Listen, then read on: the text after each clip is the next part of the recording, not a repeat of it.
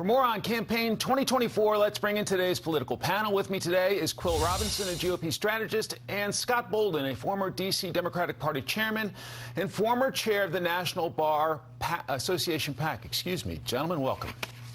Good afternoon. All right, so let's start on the Democratic side. Scott, from the Fox poll, 37% say keep Biden, and this is Democratic primary voters.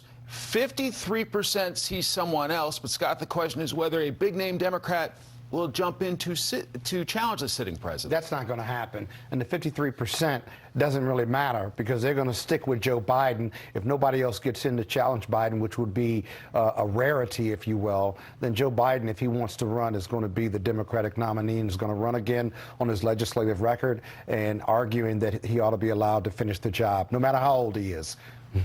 Former Maryland Governor Larry Hogan, a guy who just left office with huge approval numbers, made this announcement today. I was struggling because my heart was telling me to run. My head was telling me no, that this does not make sense for a whole host of reasons. And my gut was flipping back and forth. So it really came down to if I wasn't 100% convinced that I shouldn't do it. Quill, is that because he doesn't see a lane for a blue state governor?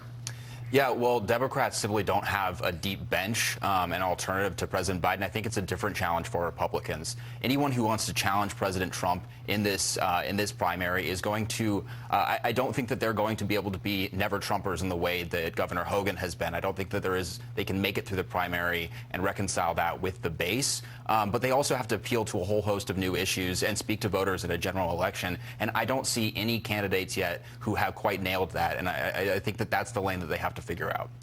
I note that President Biden headlines the International Association of Firefighters Legislative Conference tomorrow. That was the first union to endorse him 4 years ago. Scott, any chance of an announcement tomorrow? Maybe, maybe not. I'm not a crystal ball reader, but listen, if you believe Joe Biden and Jill Biden, it's going to happen.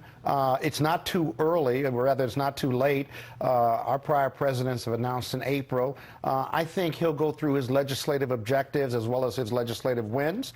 If he does announce, it will be anticlimactic in the sense because from a Democratic standpoint, while we think we do have a deep bench, there's not a deep bench because we don't really need one because Biden is going to run and he's going to win, depending, especially rather if the GOP continues to hold on to Donald Trump. All right, so if he announces tomorrow, mark the tape. We told you about it here.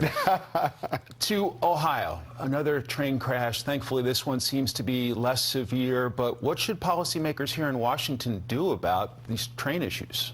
Well, Mike, it turns out that there's around 1,700 train derailments that happen per year in the United States over the last 30 years, which is quite significant. But I think this event in East Palestine really brought this to the attention of the American people. And I think there's two key takeaways here. The Biden administration has placed a great emphasis on environmental justice and taking care of these disadvantaged communities. But their response to what happened in East Palestine was very lackluster. So I think that that's one takeaway. And that's why so many people feel forgotten by this administration. But also our supply chains and our critical infrastructure, which we have spent billions of dollars on, simply are not up to snuff. And so I think this is very concerning and we need to address it on a bipartisan basis. Is this a sign that our infrastructure may be in worse shape than we thought? Well, we've certainly passed the legislation, the largest infrastructure bill in the history of the country. But let me say this. Biden's federal officials were on the ground within 2 hours, right?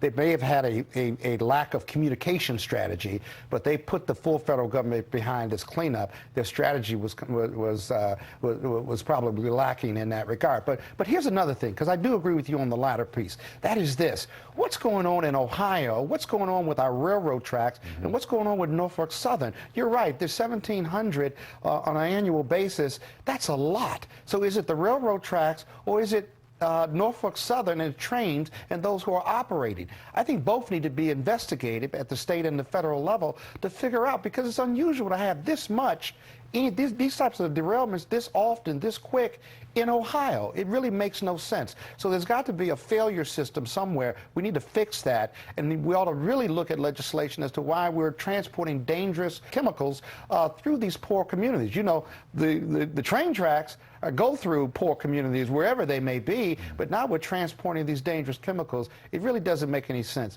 Lots to look at here. Do you think there'll be hearings on these train incidents? Certainly hope so. I think there's a strong case for hearings, and both in terms of taking care of these communities that have been affected, but also making sure that this sort of thing doesn't happen again. Because again, this shows in what bad shape our infrastructure and our supply chains are really in. And the people in East Palestine, Ohio, are worried about whether the air is clean that they're breathing, whether the water is okay, and a lot of concerns, right? And the plaintiffs' lawyers are on their way to East Palestine. Indeed. Scott Bolden, Quill Robinson, gentlemen, thanks very much. Enjoy your Sunday.